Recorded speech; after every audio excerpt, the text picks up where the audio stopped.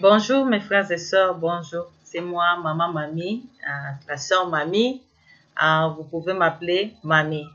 Donc cela dépend de la façon dont vous voulez m'appeler. Je rends grâce à Dieu. Donc Dieu est merveilleux. Il a permis à ce que nous puissions encore nous retrouver aujourd'hui pour continuer notre série sur les affermissements. Et comme nous avions vu, la première fois, c'était l'assurance du salut. La deuxième fois, nous avons parlé de pardon, dont nous avons divisé les enseignements en deux. Dans cet enseignement en deux, nous avons aussi parlé de la restitution et on a aussi divisé la leçon en deux. Donc aujourd'hui, nous allons continuer notre sixième leçon qui sera sur la croissance chrétienne. Nous allons prier avant de continuer. Père éternel, je te dis merci. Merci pour tout. Merci pour Nabola Munayo. Merci pour ta bonté, ton amour, ta grandeur infinie. Gloire te soit rendue pour ce moment merveilleux dont je vais partager ta parole avec ton peuple. Donne-moi la sagesse, l'intelligence. Touche toute personne qui va écouter cette parole, qu'elle soit changée, que cette parole puisse la transformer, puisse apporter quelque chose de plus dans sa vie et dans ma vie aussi. Dans le nom de Jésus-Christ, nous avons ainsi prié. Amen. Gloire à Dieu. Donc, nous allons parler de la croissance chrétienne. Comment on peut grandir comme un chrétien ou bien une chrétienne. Donc, nous allons parler des moyens par lesquels nous pouvons augmenter notre connaissance de Jésus-Christ et de grandir dans notre foi. Donc, comme vous vous rappelez, donc la dernière fois, c'était sur la restitution. Nous avons parlé des différentes étapes que nous pouvons procéder pour restituer. Et aujourd'hui, nous allons parler de comment grandir en tant que chrétien. Et le premier point dont nous allons parler ici, nous allons commencer, ce sera sur la prière. Donc, prier Dieu chaque jour, donc quotidiennement, chaque jour, prier Dieu. Donc, ces points sera divisé en deux. Donc, on peut dire A et B. Donc, premier point A, nous allons lire le verset qui sera sur 1 Thessaloniciens 5, 17. Donc, je vais répéter. 1 Thessaloniciens 5, 17. Cherchez un stylo, un cahier, un papier pour écrire les versets. Donc, cela va vous aider lorsque vous allez méditer vous-même et vous pouvez facilement vous retrouver. Donc, sur la croissance chrétienne. Donc, cela nous demande de prier Dieu chaque jour. Comme un chrétien, nous devons être en relation avec Dieu, avec Jésus-Christ. Comment, lorsque nous prions, donc prier, c'est parler avec Dieu à tout moment, donc chaque jour. Et je vais lire le premier verset. 1 Thessaloniciens 5, 17 nous dit « Priez sans cesse ». Donc, nous allons répondre à cette question qui nous demande que nous demande la parole de Dieu dans le verset 17. Donc, nous devons de prier sans cesse. Donc, vous pouvez aussi répéter et mémoriser avec moi. 1 Thessaloniciens 5, 17 dit « Priez sans cesse ». Alors, deuxième point B, dans notre point qui est sur la prière. Deuxième point, c'est Philippiens 4, 6 qui dit ceci. « Ne vous inquiétez de rien, mais en toute chose, faites connaître vos besoins à Dieu par les prières et des supplications et des actions de grâce. » Donc, mémorisez ce verset, je vous encourage. Donc, Philippiens 4, 6 qui dit « Ne vous inquiétez de rien, mais en toute chose, faites connaître vos besoins à Dieu par les prières et des supplications et des actions de grâce. » Donc, que nous demande ce verset? Et la réponse est celle-ci, de faire connaître nos besoins en toutes choses. Donc, nous besoin de faire connaître à Dieu par des prières. Et ces prières peuvent être des prières de supplication, des prières d'action de grâce. Alors, deuxième point, c'est lire parole de Dieu chaque jour. Premier point, c'était prier chaque jour. On a parlé de 1 Thessaloniciens 5, 17. On a parlé de Philippiens 4, 6. Et maintenant, deuxième point, c'est méditer la parole de Dieu chaque jour. Alors ici, nous allons lire, nous allons aller dans notre livre de Josué, chapitre 1, verset 8. Et nous allons lire ensemble. Donc, Josué 1, 8 dit ceci. « Aie soin de répéter sans cesse les paroles de ces livres de la loi. Médite-le jour et nuit, afin d'y obéir et d'appliquer tout ce qui est écrit. Car alors, tu auras du succès dans tes entreprises, alors tu réussiras. » Donc, répétez toujours, essayez chaque fois lorsque vous lisez, essayez de mémoriser le verset qui dit dans Josué 1, 8, ayez soin de répéter sans cesse les paroles de ces livres de la loi. Médite-le jour et nuit afin d'y obéir et d'appliquer tout ce qui est écrit, car alors tu auras du succès dans tes entreprises, alors tu réussiras. Selon ce verset, qu'est-ce que Dieu nous demande? Qu'est-ce que Dieu nous demande dans ce verset? Dieu nous demande de méditer sa parole jour et nuit. Et pour réussir, donc pour avoir du succès.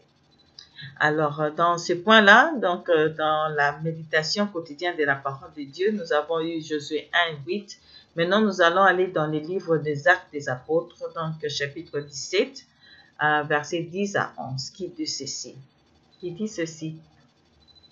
Dès qu'il fut nuit, les frères furent partir Paul et Silas pour Bérée. Une fois arrivés là, ceux-ci se rendirent à la synagogue des Juifs. Ils y trouvèrent des gens qui étaient bien disposés que les Juifs de Thessalonique et qui accueillirent la parole de Dieu avec beaucoup d'empressement. Ils examinaient chaque jour les Écritures pour voir si ce qu'on leur disait était vrai, était juste. Était juste. Alors, que faisaient les Juifs de Bérée et pourquoi? Donc, les Juifs de Bérée examinaient chaque jour les Écritures. Pourquoi? Pour voir si ce qu'on leur disait était vrai. Donc, lorsque vous méditez la parole de Dieu, il sera vraiment facile pour vous de savoir si c'est que les pasteurs ou les gens qui sont en train de vous enseigner disent, de savoir si ce qu'ils sont en train de dire, toutes les paroles qui sont en train de dire sont vraies ou bien sont justes. Alors, dans notre troisième point, donc après avoir prié et puis médité, la Bible ici, ce verset nous dit d'obéir à Dieu à chaque moment. Donc, nous allons lire dans Jean 14, 21, qui dit ceci. Celui qui m'aime vraiment, c'est celui qui retient mes commandements et les applique. Mon Père aimera celui qui m'aime. Moi aussi, je lui témoignerai mon amour et je me ferai connaître à lui. Alors, quelle est la preuve que vous aimez Jésus-Christ? Donc, lorsque vous retenez ses commandements et les appliquez. Qu'est-ce qui signifie garder ses commandements? Donc, c'est les appliquer. Quels sont les résultats de votre amour pour Jésus? Donc, lorsque vous aimez Jésus, le Père vous aimera, lui témoignera son amour et il se fera connaître à vous. Quatrième point, témoignez de Christ par votre vie et vos paroles. Lisez dans Jean 15, 18. Jean 15, 18 nous dit ceci. Si vous produisez du fruit en abondance et vous prouvez ainsi que vous êtes vraiment mes disciples, la gloire de mon Père apparaîtra aux yeux de tous. Selon ce verset, comment pouvons-nous mieux glorifier Dieu? Lorsque nous produisons des fruits. Qu'est-ce qui signifie porter des fruits? Donc, si nous lisons dans Matthieu 4, 19, qui dit ceci, il leur dit, suivez-moi et je ferai de vous de pêcheurs d'hommes. Qu'est-ce qu'un pêcheur d'hommes? D'après ce verset, comment pouvons-nous devenir pêcheurs d'hommes? Alors, lisez toujours et vous allez comprendre. Donc, si vous suivez Jésus, vous ferez, il fera de vous pêcheurs d'hommes. Alors, numéro 5, confiez-vous à Dieu. Donc, priez chaque jour, méditez la parole de Dieu, obéir à Dieu à chaque moment, témoigner de Christ par votre vie et vos paroles. Donc, c'est ça. C'est ça au moins, c'est devenir pécheur d'homme lorsque vous témoignez de Christ par votre vie et par vos paroles. Alors, numéro 5, c'est confiez-vous à Dieu, vous et tout ce qui vous concerne, c'est-à-dire vous attendre à l'aide de Dieu, au secours de Dieu pour chaque détail de votre vie. Donc, dans 1 Pierre 5, 7 qui dit ceci, déchargez-vous sur lui de tous vos soucis car il prend soin de vous. Que vous dit ce verset concernant Dieu? Dites-lui de noter. Je vais recommencer. Que vous dit ce verset concernant Dieu? Et vous allez aussi lire vous-même Matthieu 6, dans Matthieu 6, 25, 34. Dans 1 Pierre 5, 7 dit, déchargez-vous sur lui de tous vos soucis car il prend soin de vous. Et nous allons lire avec vous ensemble. Donc, je vais vous demander de lire, mais je vais aussi vous aider. Je lis et quand vous-même vous allez aller dans ces livres-là pour lire, ça va devenir facile. Donc, Matthieu 6, 25 à 34. Je vais lire. C'est pourquoi je vous dis, ne vous inquiétez pas en vous demandant, qu'allons-nous manger ou boire? Avec quoi allons-nous nous habiller? La vie ne vaut-elle pas bien plus que la nourriture? Et le corps ne vaut-il pas bien plus que les habits? Voyez les oiseaux qui volent dans les airs. Ils ne sèment ni ne moissonnent. Ils n'amassent pas de provisions dans les greniers et votre Père céleste les nourrit. N'avez-vous pas bien plus de valeur qu'eux? D'ailleurs, qui de vous peut, à force d'inquiétude, prolonger son existence, ne serait-ce que de quelques instants? Quant aux vêtements, pourquoi vous inquiétez à leur sujet? Observez le lit sauvage. Il pousse sans se fatiguer à tisser des vêtements. Pourtant, je vous l'assure, le roi Salomon lui-même, dans toute sa gloire, n'a jamais été aussi bien vêtu que l'un d'eux.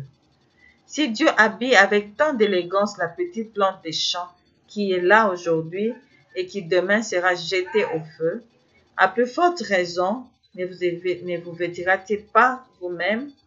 Ah, votre foi est encore bien petite.